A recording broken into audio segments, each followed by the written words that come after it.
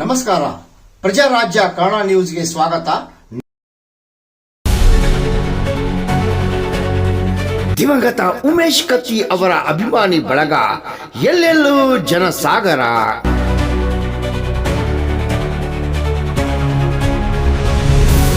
ದಿವಂಗತ ಉಮೇಶ್ ಕತ್ತಿ ಉತ್ತರ ಕರ್ನಾಟಕದ ಕನಸುಗಾರ.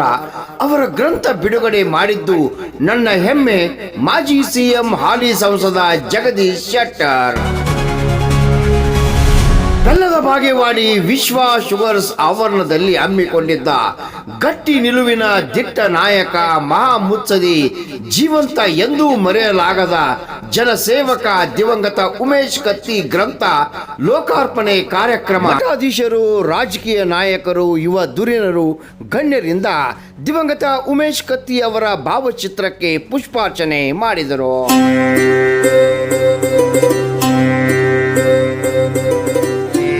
ನಂತರ ಮಾಜಿ ಸಿಎಂ ಹಾಲಿ ಸಂಸದ ಜಗದೀಶ್ ಶೆಟ್ಟರ್ ಹಾಗೂ ರಾಜಕೀಯ ನಾಯಕರು, ಗಣ್ಯರು, ಮಠಾಧೀಶರಿಂದ ಜ್ಯೋತಿ ಪ್ರಜ್ವಲಿಸುವ ಮೂಲಕ ಕಾರ್ಯಕ್ರಮಕ್ಕೆ ಚಾಲನೆ.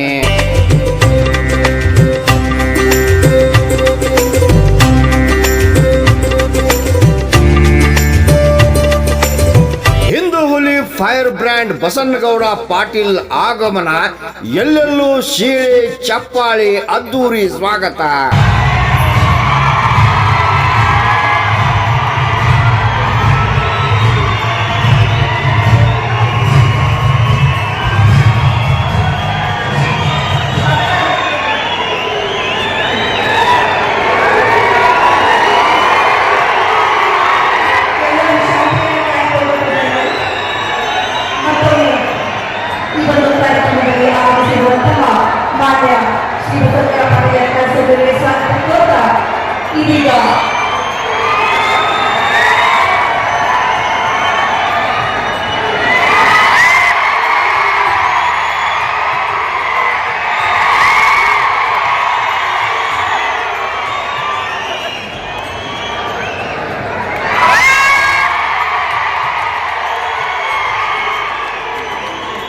ಇದೇ ವೇಳೆ ಬಸನಗೌಡ ಪಾಟೀಲ್ ಯತ್ನಾಳ್ ಅವರಿಂದ ದಿವಂಗತ ಉಮೇಶ್ ಕತ್ತಿ ಅವರ ಕಿರು ಚಿತ್ರ ಬಿಡುಗಡೆ ಮಾಡಿದರು.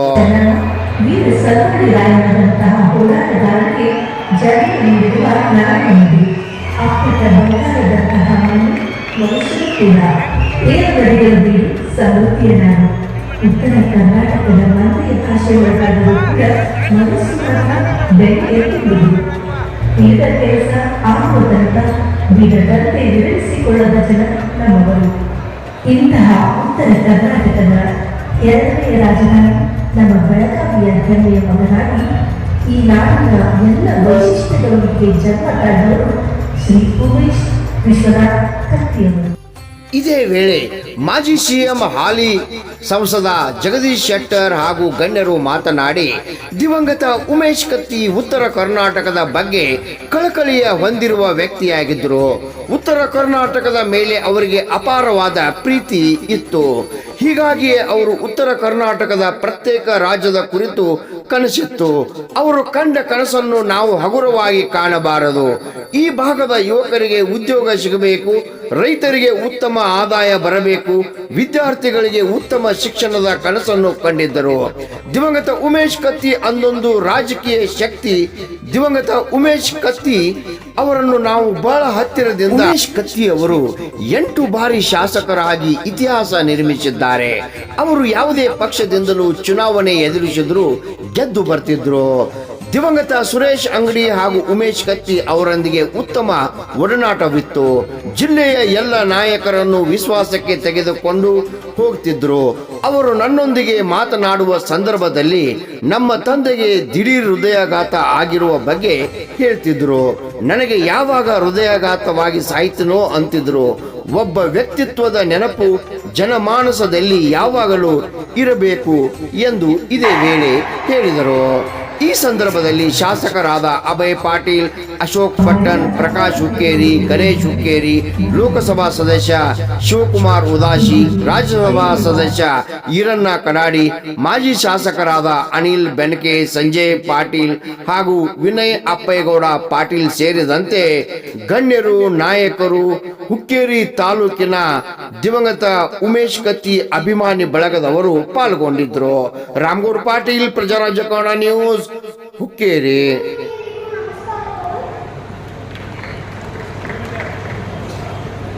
ನಮ್ಮ ಅಜ್ಜ ಗ್ರಾಂಥ ಲೋಕಾರ್ಪಣೆ ಕಾರ್ಯಕ್ರಮಕ್ಕೆ ಹಾಜರಿರುವ ಎಲ್ಲರಿಗೂ ಸ್ವಾಗತ ಕೋರುತ್ತೇನೆ. ನನ್ನ ಅಜ್ಜ ನಮ್ಮ ಮನೆಯ ನಿಜವಾದ ನಾಯಕ. ಅವರು ನಮ್ಮ ಕುಟುಂಬಕ್ಕೆ ಸಂವಿಧಾನ ಬರೆದವರು, ಶಿಸ್ತನ್ನು ನಿಯಮವನ್ನಾಗಿ ಮಾಡಿದವರು, ಪ್ರೀತಿಯನ್ನು ಧರ್ಮವನ್ನಾಗಿ ಮಾಡಿದವರು. ಅಜ್ಜನ ಮಾರ್ಗದರ್ಶನವೇ ನಮ್ಮ ಅಭಿವೃದ್ಧಿಯ ಯೋಜನೆ. ಅವರು ನಮ್ಮ ಬದುಕಿನ ಪ್ರಧಾನಮಂತ್ರಿ, ನಮ್ಮ ಹೃದಯದ ರಾಷ್ಟ್ರಪತಿ. ನಮ್ಮ ಅಜ್ಜನ ನಾಯಕತ್ವದ ಪಾಪ ಬದುಕಿನ ಬೆಳಕು. ಎಲ್ಲರಿಗೂ ಧನ್ಯವಾದಗಳು. ಜೈ ಹಿಂದ್, ಜೈ Karnataka.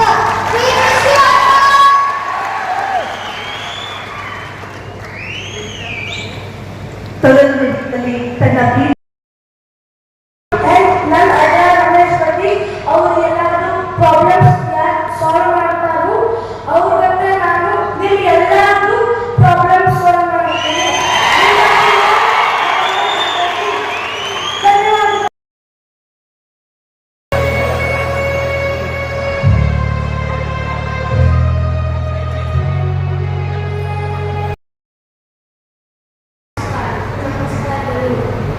My name is Shambhavi Tulsi Katti. My grandfather's name is Umesh Katti and Ramesh Katti. I am the granddaughter. Umesh Katti, my grandfather, was a very good person. He was the best person in the whole world. My grandfather taught me more lessons than everyone. He told me every time love others, help others, and show kindness. He used to, whoever comes from factory, school, or anyone, he used to treat them well and he used to solve their problem. Whoever asked him help, he used to help them. If he could not do that, he used to take some more time and complete it. My grandfather taught me a lesson. Every time help others. Every time don't tell bad words to others. My grandfather used to tell us. This is a Katti farmer's culture. My father, my kaka, my dadappa, my ajja follow this. Dadappa, we all miss you. Dadappa, we all take your lessons. We'll take your lessons, we'll take your talks, and we'll take your memories in our hearts, and we will walk today and tomorrow like you. Dadappa, we don't know what will we become after we grow up, but I know we will become a good human being like you. Thank you. ಒಂದು ವಿಧದ ರಾಜಕಾರಣಿಗಳು ಪಕ್ಷದ ಪಲ್ಲಕ್ಕಿಯಲ್ಲಿ ಕುಳಿತು ಮೆರೆಯುವ ರಾಜಕಾರಣಿ. ಒಂದು ಪಕ್ಷ ಇದೆ. ಪಕ್ಷದ ಪಲ್ಲಕ್ಕಿಗೆ ಹಗಲು ಕೊಡತಕ್ಕಂಥ ರಾಜಕಾರಣಿಗಳು ಇನ್ನೊಂದು ಭಾಗ. ಉಮೇಶ್ ಕತ್ತಿ ಅವರು ಪಲ್ಲಕ್ಕಿ ಒಳಗೆ ಕೂಡುವ ರಾಜಕಾರಣಿ ಎಲ್ಲ, ಪಲ್ಲಕ್ಕಿಗೆ ಹೆಗಲು ಕೊಡತಕ್ಕಂಥ ರಾಜಕಾರಣಿ. ಅದಕ್ಕಾಗಿ ತಾವೆಲ್ಲ ನೋಡಿದ್ರೆ ಉಮೇಶ್ ಕತ್ತಿ ಅವರನ್ನ ಸಾಹುಕಾರ ಅಂತಿದ್ರು. ಬಹುತೇಕ ನನಗನ್ನಿಸ್ತದ ಅವರು ಹಣದ ಸಾಹುಕಾರಲ್ಲ, ಉತ್ತರ ಕರ್ನಾಟಕದ ಕನಸುಗಳ ಸಾಹುಕಾರ ಉಮೇಶ್ ಕತ್ತಿ. ಇವತ್ತಿನ ಈ ಸಮಾರಂಭ ನೀವೆಲ್ಲ ನೋಡಿದ ನಂತರ ನಂದು ನಿಜವಾದಂತಹ ಒಂದು ಅಭಿಪ್ರಾಯ ಹೇಳಬೇಕು ಅಂತಂದ್ರೆ, ಕರ್ನಾಟಕದ ಇತಿಹಾಸದಲ್ಲಿ ಒಂದು ಪುಸ್ತಕ ಬಿಡುಗಡೆಗೆ ಇಷ್ಟು ಜನ ಕೂಡಿದ್ದು, ಇಷ್ಟು ಗಣ್ಯ ನಾಯಕರು ಕೂಡಿದ್ದು, ಇಷ್ಟು ಸಂಭ್ರಮ ಇದ್ದದ್ದು ಕರ್ನಾಟಕದ ಇತಿಹಾಸದಲ್ಲಿಯೇ ಇದು ಮೊದಲ ಸಮಾರಂಭ. ಇದು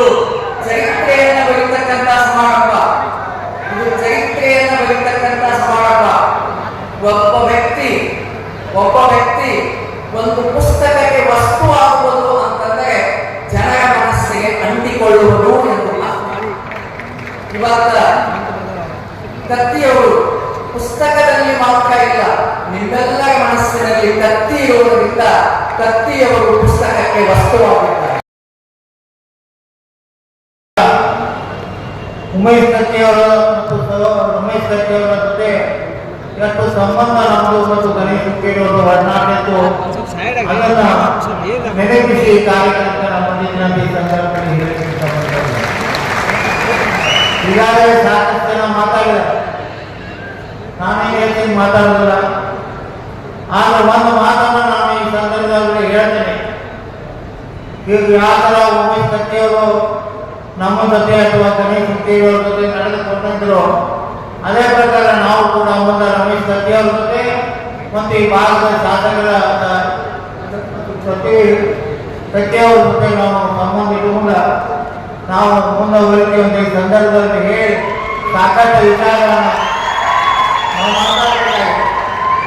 ಆದರೆ ಈ ಸಂದರ್ಭದಲ್ಲಿ ತಮ್ಮೆಲ್ಲರೂ ನೋಡಿದ ಮೇಲೆ ಏನು ಅನಿಸ್ತೈತೆ ಅಂದ್ರೆ ಉಮೇಶ್ ಕತ್ತಿ ಇನ್ನೂ ನಮ್ಮ ಜೊತೆ ಅದ ಅಂತ ನಾವು ಮಾಡಿದ್ದೇವೆ. ನಮ್ಮನ್ನ ಬಿಟ್ಟು ಹೋಗಿಲ್ಲಪ್ಪ, ಉಮೇಶ್ ಕತ್ತಿ ನಮ್ಮ ಜೊತೆ ಅದ ಅನ್ನುವಂಥ ಒಂದು ಭಾವನೆ ನಮ್ಮಲ್ಲಿ ಬರ್ತಾ ಇದೆ. ಅಭಿಮಾನ ಇಲ್ಲ. ಅಭಿಮಾನ ಕೇವಲ ಅಭಿಮಾನ ಆಗಿ ಮಾತಿನಲ್ಲಿ ಉಳಿಬಾರದು, ಅದು ಕೃತಿಯೊಳಗೆ ಬರಬೇಕು, ಅದು ಜಿಲ್ಲೆಗೆ ನಿಮ್ಮ ನೇತೃತ್ವ ಬೇಕು ಅನ್ನುವಂಥ ಮಾತನ್ನು ಈ ಸಂದರ್ಭದಲ್ಲಿ ಹೇಳಿ ಉಮೇಶನ ಕತ್ತಿಯವರು ನಮ್ಮ ಮಧ್ಯೆ ಎಲ್ಲಿದ್ದರೂ ಕೂಡ ಅವರ ಆತ್ಮ ನಮ್ಮನ್ನು ನೋಡ್ತಾ ಇದೆ. ನನ್ನ ಜನ ಏನ್ ಮಾಡ್ತಾ ಇದ್ದಾರೆ ನೋಡ್ತಾ ಇದೆ ಅನ್ನೋದನ್ನು ಕೂಡ ಇವತ್ತು ನೆನಪಿಟ್ಟುಕೊಂಡು ಅವರ ಆತ್ಮಕ್ಕೆ ನಾವು ಶಾಂತಿಯನ್ನು ತೋರ್ಬೇಕಾದ ಅವರಿಗೆ ನಾವು ಅವರು ಹಾಕಿರ್ತಕ್ಕಂಥ ಮಾರ್ಗದರ್ಶನದಲ್ಲಿ ನಡೆಯೋಣ ಅಂತಕ್ಕಂಥ ಮಾತನ್ನ ಹೇಳಿ ಉಮೇಶ್ ಯಾರು ನಮ್ಮ ಮಾಳಿಯವರು ಒಂದು ಅತ್ಯುತ್ತಮವಾದಂತಹ ಪುಸ್ತಕವನ್ನ ಕಟ್ಟಿಕೊಟ್ಟಿದ್ದಾರೆ. ಉಮೇಶ್ ಕತ್ತಿ ಅವ್ರನ್ನ ಕೇವಲ ಒಂದು ಪುಸ್ತಕವನ್ನು ಕಟ್ಟಿಕೊಡ್ಲಾರಂತ ವ್ಯಕ್ತಿತ್ವ ಅವರು ಸರಳ ಒಂದು ಹೃದಯದೊಳಗೆ ಏನಿದೆ ಅದನ್ನು ಡೈರೆಕ್ಟ್ ಹೇಳುವಂತವ್ರು, ಯಾವುದು ಮುಚ್ಚಿರುವಂತ ಅವ್ರ ಕಡೆ ಇಟ್ಟಿರಲಿಲ್ಲ. ಅದರಿಂದ ಬಹಳಷ್ಟು ತೊಂದರೆಗೂ ಒಳಗಾಗಿದ್ದಾರೆ. ನಾನು ಗಮನಿಸ್ತೀನಿ ಬಹಳಷ್ಟು ಯಾವ ಉತ್ತರ ಕರ್ನಾಟಕದ ಕೂಗಿ ಎದ್ದಾಗ ನಾನು ಅವ್ರ ಜೊತೆಗೆ ನಾನು ಕೇಳಿದೆ ಯಾಕೆ ಬೇಕು ನಿಮ್ಗಂತೆ, ಅವ್ರು ಹೇಳಿ ಲೆಕ್ಕ ಕೊಟ್ಟರು ಎಷ್ಟು ಲಕ್ಷ ಕಿಲೋಮೀಟರ್ ಓಡಾಡಿ ಹಳಿ ಬಸ್ ನಮಗೆ ಕಳಿಸ್ತಾರೆ, ವಿದ್ಯುತ್ ಉತ್ಪಾದನೆ ನಾವು ಮಾಡ್ತೀವಿ, ನಾವು ಬೆಂಗಳೂರು ಕಳಿಸ್ತೀವಿ, ನಮ್ಮ ಜನ ರಾತ್ರಿ ನೀರು ಹಾಸ್ಬೇಕಾಗಿತ್ತು, ರಾತ್ರಿ ಕರೆಂಟ್ ಕೊಡ್ತಾರೆ ನಮಗೆಲ್ಲ. ಈ ರೀತಿ ಡೆವಲಪ್ಮೆಂಟ್ ಒಳಗೆ ಏನು ತಾರತಮ್ಯ ಆಗಿದೆ ಅನ್ನೋದ್ರ ಬಗ್ಗೆ ವಿವರಣೆಗಳನ್ನ ಅವ್ರು ಕೊಡ್ತಾ ಇದ್ರು. ಹೀಗಾಗಿ ಅವರ ಕನಸೇನದ ಉತ್ತರ ಕರ್ನಾಟಕ ಅಭಿವೃದ್ಧಿ ಆಗಬೇಕನ್ನುವಂಥದ್ದು ಮಾನ್ಯವ ಪುಸ್ತಕದಾಗ ಬರೆದ ಅವರಿಗೆ ಉತ್ತರ ಕರ್ನಾಟಕವನ್ನು ಒಡಿಬೇಕನ್ನುವಂತ ಇಚ್ಛೆ ಇಲ್ಲದಿದ್ರು ಕೂಡ ಉತ್ತರ ಕರ್ನಾಟಕ ಡೆವಲಪ್ಮೆಂಟ್ ಹೆಂಗೆ ವಂಚಿತ ಆಗೈತೆ ಅನ್ನೋ ಸಾತ್ವಿಕ ಸಿಟ್ಟು ಅವರಲ್ಲಿತ್ತು. ಅದರಿಂದ ಮಾತು ಬಂದಿತ್ತು. ಅನೇಕ ಹೈಕಮಾಂಡ್ಗಳಲ್ಲಿ ಕೂಡ ಎಲ್ಲ ಹಾಕುವಂತ ಸಂದರ್ಭ ಅಂತ ಅವತ್ತಿದ್ದೋಳು ನಾನು ಗಮನಿಸಿದ್ದೀನಿ. ಅದನ್ನೆಲ್ಲ ಅರೇ ಯಾವುದು ಫುಡ್ ಅಂಡ್ ಸಿವಿಲ್ ಸಪ್ಲೈ ಇದ್ದಂತ ಸಂದರ್ಭದಲ್ಲಿ ಯಾರಿಗೆ ಕಾಲದ ಯಾರಿಗೆ ನೌಕರಿ ಮಾಡಿ ಅದರ ದಾಡ್ಸಿತಕ್ಕಂಥ ನಿರ್ಣಯವನ್ನ ಜಾರಿ ಮಾಡುವಂತ ಅವ್ರ ಕೆಲಸವನ್ನು ಮಾಡಿದ್ರು. ಹೀಗಾಗಿ ಉಮೇಶ್ ಕತ್ತಿ ಅವರು ಏನ್ ಮಾತಾಡ್ತಿದ್ರು ಅದು ಮಾಡ್ತಾ ಇದ್ರು ಮತ್ತು ಒಳಗೊಂದು ಹೊರಗೊಂದು ಇರಲಿಲ್ಲ ಅವರು.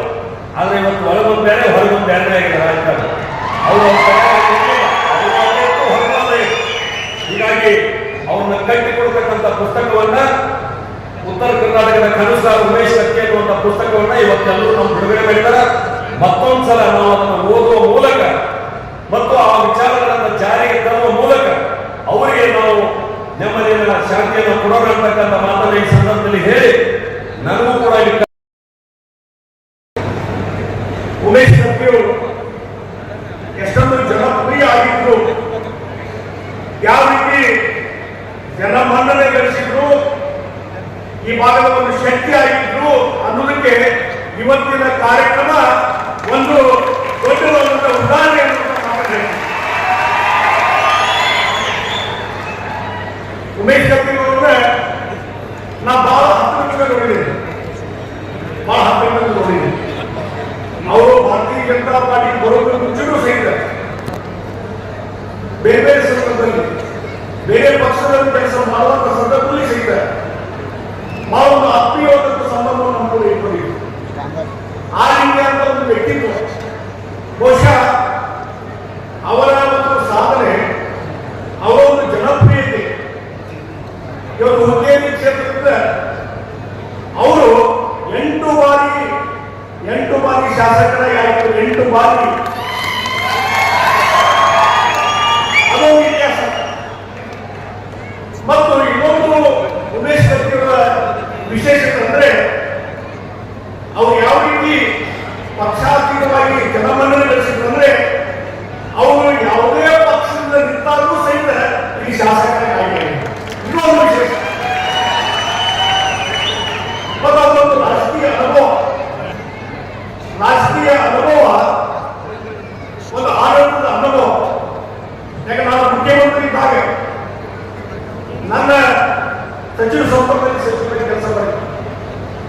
ಇನ್ನಿತರ ಸಂದರ್ಭದಲ್ಲಿ ಸಹಿತ ನಾನು ಕೂಡಿ ಸಚಿವರಾಗಿ ಕೆಲಸ ಮಾಡುವ ಸಂದರ್ಭದಲ್ಲಿ ಯಾವ ರೀತಿಯಾದಂತಹ ಒಂದು ಆಡಳಿತ ನಿರ್ವಹಣೆ ಇತ್ತು ನನ್ನ ಕನಸು ಇದೆ. ಇವತ್ತು ಯಾವುದೇ ಇಲಾಖೆ, ಅದು ಕೃಷಿ ಇಲಾಖೆ ಇರ್ಬೋದು, ತೋಟಗಾರಿಕೆ ಇಲಾಖೆ ಇರ್ಬೋದು, ಮತ್ತು ಇನ್ನು ಯಾವುದೇ ಇಲಾಖೆ ಅದು ಅವರಿಗೆ ಕೊಡಬಾರದಂತ ಇಲಾಖೆ ಬಗ್ಗೆಯೂ ಸಹಿತ ಕ್ಯಾಬಿನೆಟ್ನಲ್ಲಿ ಹಲವಾರು ವಿಚಾರಗಳ ಬಗ್ಗೆ ಚರ್ಚೆ ಆಗ್ತಿತ್ತು. ಅವರು ತಮ್ಮ ಸಂಬಂಧ ಇಲ್ಲದ ಇಲಾಖೆಗಳ ಬಗ್ಗೆ ಸಹಿತ ಅಂಕಿ ಸಂಖ್ಯೆ ಸಹಿತ ಎಲ್ಲ ರೀತಿಯಾದ ಚರ್ಚೆಯಲ್ಲಿ ಭಾಗವಹಿಸುವಂತ ವ್ಯಕ್ತಿತ್ವ ಏನಂದ್ರೆ ಅದು ಉಮೇಶ್ ಕತ್ತಿ ಅವರು ಅಂತ ಮಾತಾಡಿದ್ದಾರೆ. ಆ ರೀತಿ ಆಡಳಿತ ಅನುಭವ, ಮಾಹಿತಿ ಅನುಭವ ಮತ್ತು ಯಾರಾದರೂ ಅಧಿಕಾರಿಗಳು ಏನಾದರೂ ಒಂದು ತಾಂತ್ರಿಕ ದೋಷವನ್ನು ಇಟ್ಟಿದ್ರೆ ಅದನ್ನು ಹೊರತು ಹಾಕಿ ಇವತ್ತು ಒಂದು ರಾಜಕೀಯವಾಗಿ ನಿರ್ಧಾರ ಮಾಡಿದ್ರೆ ಅದನ್ನ ಅನುಷ್ಠಾನ ಮಾಡುವಂತ ಕೆಲಸ ಉಮೇಶ್ ಕತ್ತಿ ಅವರು ಮಾಡಿದ್ರು. ನಿಮ್ಗೊಂದು ಉದಾಹರಣೆ ಕೊಡ್ತೇನೆ.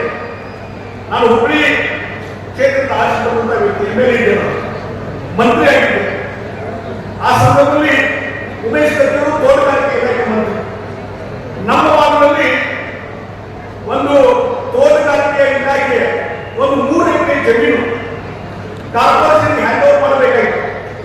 ಹಿಂದೆ ಹಲವಾರು ತೋಟಗಾರಿಕೆ ಮಂತ್ರಿ ನಾ ಹೇಳಿ ನೋಡಿ ಅವ್ರ ಕಡೆಯಿಂದ ಆಗಿಲ್ಲ ಕೆಲಸ.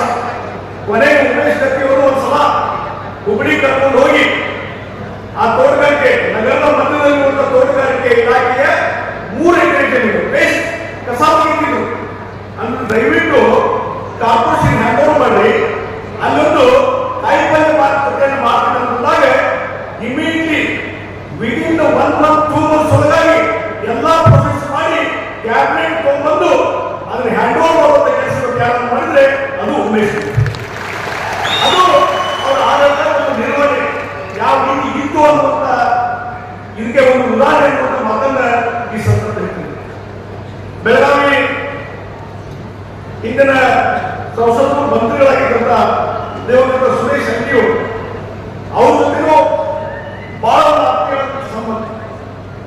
ಆ ಸಂದರ್ಭದಲ್ಲಿ ನಾನು ಈ ಭಾಗದಲ್ಲಿ ಪ್ರವಾಸ ಮಾಡುವಂತ ಸಂದರ್ಭದಲ್ಲಿ ರಾಜ್ಯ ಬಿಜೆಪಿ ಅಧ್ಯಕ್ಷರಾಗಿ ಲೀಡರ್ ಪರಿಷತ್ ಬಂದಾಗ ನನ್ನ ಜೊತೆ ಸುರೇಶ್ ಅಂಗಡಿ ಬರ್ತಿದ್ರು, ಉಮೇಶ್ ಕತ್ತಿ ಬರ್ತಿದ್ರು, ಬೇರೆ ಬೇರೆ ಆದಂತಹ ವ್ಯಕ್ತಿಗಳ ಡಿಫರೆನ್ಸ್ ಆಫ್ ಒಪಿನಿಯನ್ ಇದ್ದಾಗೂ ಸಹಿತ ಕೊನೆಗೆ ಪಕ್ಷದ ಒಂದು ನಿರ್ಧಾರಗಳಿಟ್ಟು ಅದನ್ನು ಅನುಷ್ಠಾನ ಮಾಡುವಂತಹದ್ದಕ್ಕೆ ಸುರೇಶ್ ಅಂಗಡಿ ಉಮೇಶ್ ಕತ್ತಿ ಅವರು ಕೈ ಜೋಡಿಸಿ ಕೆಲಸ ಮಾಡಿದ್ದು ಇವತ್ತು ನನ್ನ ನೆನಪಿದೆ. ಮತ್ತು ಇನ್ನೊಂದು ಇಲ್ಲಿ ಬೆಳಗಾವಿ ಉಸ್ತುವಾರಿ ಮಂತ್ರಿಯಾಗಿ ಕೆಲಸ ಮಾಡುವಾಗ ಬಹುಶಃ ನಮ್ಮ ಈ ಶಾಸಕರಿದ್ದಾರೆ, ಅವೇ ಪಾಟೀಲ್ ಇದ್ದಾರೆ, ಸಂಜಯ್ ಪಾಟೀಲ್ ಇದ್ದಾರೆ, ಬೆಳಿಗ್ಗೆ ಎಲ್ಲ ಇದ್ದಾರೆ, ಅವ್ರಿಗೆಲ್ಲ ಗೊತ್ತು ಯಾವ ರೀತಿ ಇವತ್ತು ಯಾರು ಶಾಸಕರಿದ್ರು ಅಲ್ಲಿದ್ದಂತ ಪ್ರಮುಖರಿದ್ರು ಜಿಲ್ಲೆಯಲ್ಲಿ ಎಲ್ಲರೂ ವಿಶ್ವಾಸ ತೆಗೆದುಕೊಂಡು ಯಾವುದೇ ರೀತಿಯಾದ ವಿವಾದಕ್ಕೆ ಈಡಾಗದೆ ಒಂದು ಸರಿಯಾದ ನಿರ್ಧಾರ ಮಾಡಿ ಬೆಳಗಾವಿ ಮತ್ತು ಈ ಜಿಲ್ಲೆಯ ಹಿತದೃಷ್ಟಿಯಿಂದ ಉತ್ತಮವಾದಂತಹ ನಿರ್ಧಾರ ಅದು ಎಲ್ಲರೂ ವಿಶ್ವಾಸ ಮಾಡುವಂತ ಕೆಲಸವನ್ನು ಯಾರನ್ನು ಮಾಡಿದ್ರೆ ಅದು ಉಮೇಶ್ ಕತ್ತಿ ಅವರು. ಆ ರೀತಿಯಾದ ಒಂದು ಆಡಳಿತ ನಿರ್ವಹಣೆ. ಮತ್ತು ಇನ್ನೊಂದು ಮಾತನ್ನು ಹೇಳ್ತಾರೆ, ಅವ್ರು ಯಾವಾಗ ಚರ್ಚೆ ಮಾಡಕ್ಕೆ ಹೇಳಿದ್ರು, ನಮ್ಮ ತಂದೆಯವರು ಹಾರ್ಟ್ ಅಟ್ಯಾಕ್ ತೀರ್ಕೊಂಡ್ರಿ, ಹಾರ್ಟ್ ಅಟ್ಯಾಕ್ ಬಹುಶಃ ನಮ್ಮ ವರ್ಷದಲ್ಲೇ ಇದೆ. ನಾನು ಯಾವಾಗ ಹಾರ್ಟ್ ಅಟ್ಯಾಕ್ ಆಗಿ ನಾನು ಯಾವಾಗ ಹೋಗ್ತೀನಿ ಅಂತ ಹೇಳಿ ಅದಕ್ಕೆ ನಾ ಹೇಳ್ತಿದ್ದೆ ಸ್ವಲ್ಪ ಪ್ರಿಕಾಷನ್ ತಗೋದ್ರೆ ಸಾಕಷ್ಟು ಪ್ರಿಕಾಷನ್ ತಗೋತಿದ್ರು. ಆದ್ರೂ ಯಾವಾಗ ಒಂದು ಮನಸ್ಸಾಗಿತ್ತು ನಮ್ಮ ಆ ಪರಂಪರೆ, ನಮ್ಮ ಕುಟುಂಬದ ಪರಂಪರೆ ನನಗೂ ಯಾವ ಸಂದರ್ಭ ಹಾರ್ಟ್ ಅಟ್ಯಾಕ್ ಆಗ್ತದೆ ಅಷ್ಟೆಲ್ಲ ಪ್ರಿಕಾಷನ್ ತಗೊಂಡಾಗೂ ಸಿಗ್ತದೆ. ಅವ್ರು ಹೃದಯಾಘಾತ ಅಂದ್ರೆ ಅವ್ರು ತೀರ್ಕೊಂಡಿದ್ದು ನಮ್ಮೆಲ್ಲರಿಗೆ ಬಹಳ ವೇದನೆ, ಈ ಭಾಗದ ಜನರಿಗೂ ಬಹಳ ವೇದನೆ ಆಯ್ತು ಅನ್ನುವಂಥ ಮಾತನ್ನು ನಾನು ಹೇಳ್ಬೇಕಾಗ್ತದೆ. ಹೀಗಾಗಿ ಅಂತ ಒಬ್ಬ ಧೀಮಂತ ವ್ಯಕ್ತಿ ಸಕ್ಕರೆ ಕಾರ್ಖಾನೆಯನ್ನು ನಿರ್ವಹಣೆ ಮಾಡಿಕೊಂಡು ಈ ಭಾಗದ ಒಂದು ಅಭಿವೃದ್ಧಿಗೆ ಒತ್ತು ಕೊಡುವಂತ ಕೆಲಸ ಇವತ್ತು ಯಾರಾದ್ರೂ ಮಾಡಿದ್ರೆ ಅದು ಕೃಷಿ ಇರ್ಬೋದು, ತೋಟಗಾರಿಕೆ ಇರ್ಬೋದು, ಮತ್ತು ಬೆಳಗಾವಿಯ ಅಭಿವೃದ್ಧಿ ಬಗ್ಗೆ ಇರ್ಬೋದು, ಉತ್ತರ ಕರ್ನಾಟಕ ಅಭಿವೃದ್ಧಿ ಬಗ್ಗೆ ಯಾವಾಗಲೂ ಕಳಕಳಿ ಇದ್ದಂಥ ವ್ಯಕ್ತಿ ಉಮೇಶ್ ಕತ್ತಿ ಅವರು. ಒಂದು ಮಾತನ್ನು ಹೇಳ್ತೀನಿ, ಅವರು ಬಹಳ ಒಂದು ನಚ್ಚಾಟಿ ಹುಡುಗಾರಿಕೆಯಿಂದ ಮಾತಾಡುವಂಥ ವ್ಯಕ್ತಿ, ಯಾವಾಗಲೂ ನಗುಮುಖ. ಅವಾಗ ಅವ್ರು ಮಾತಾಡುವ ನೋಡಿದ್ರಾಗೆ ಏನ್ ಇವರು ಲೈಟರ್ ಮೇಲೆ ಯಾವುದೇ ಒಂದು ಗಂಭೀರ ವಿಚಾರವನ್ನು ಲೈಟರ್ ಮೇಲೆ ಮಾತಾಡುವಂಥ ಒಂದು ವ್ಯಕ್ತಿತ್ವ. ಹೀಗಾಗಿ ಬಹಳ ಮಂದಿ ಅನಿಸುತ್ತೆ ಏನ್ರಿ ಹೇಗೆ ಮಾತಾಡ್ತಾರೆ ನೋಡ್ರಿ, ಅವ್ರು ಏನು ಮಾತಾಡ್ತಾರ ಬಹಳ ಲೈಟರ್ ಮೇಲೆ ಮಾತಾಡಿದ್ರು ಅಲ್ಲಿ ಗಂಭೀರವಾದಂಥ ವಿಚಾರ ಇದೆ. ಹೀಗಾಗಿ ಅವ್ರನ್ನ ನೀವು ಬಹಳ ಹಗುರವಾಗಿ ತಿಳ್ಕೊಬೇಡ್ರಿ. ಅವ್ರು ಏನ್ ಹೇಳ್ತಾರೆ ನಮ್ಮ ಶಾಸಕ ಸಭೆಯಲ್ಲಿ ಇರ್ಬೋದು, ಪಕ್ಷದ ಸಭೆಯಲ್ಲಿ ಇರ್ಬೋದು, ಯಾವುದೇ ವಿಚಾರ ಬಂದಾಗ ಅವ್ರು ಬೇರೆ ರೀತಿ ಹೇಳ್ತಿದ್ರು.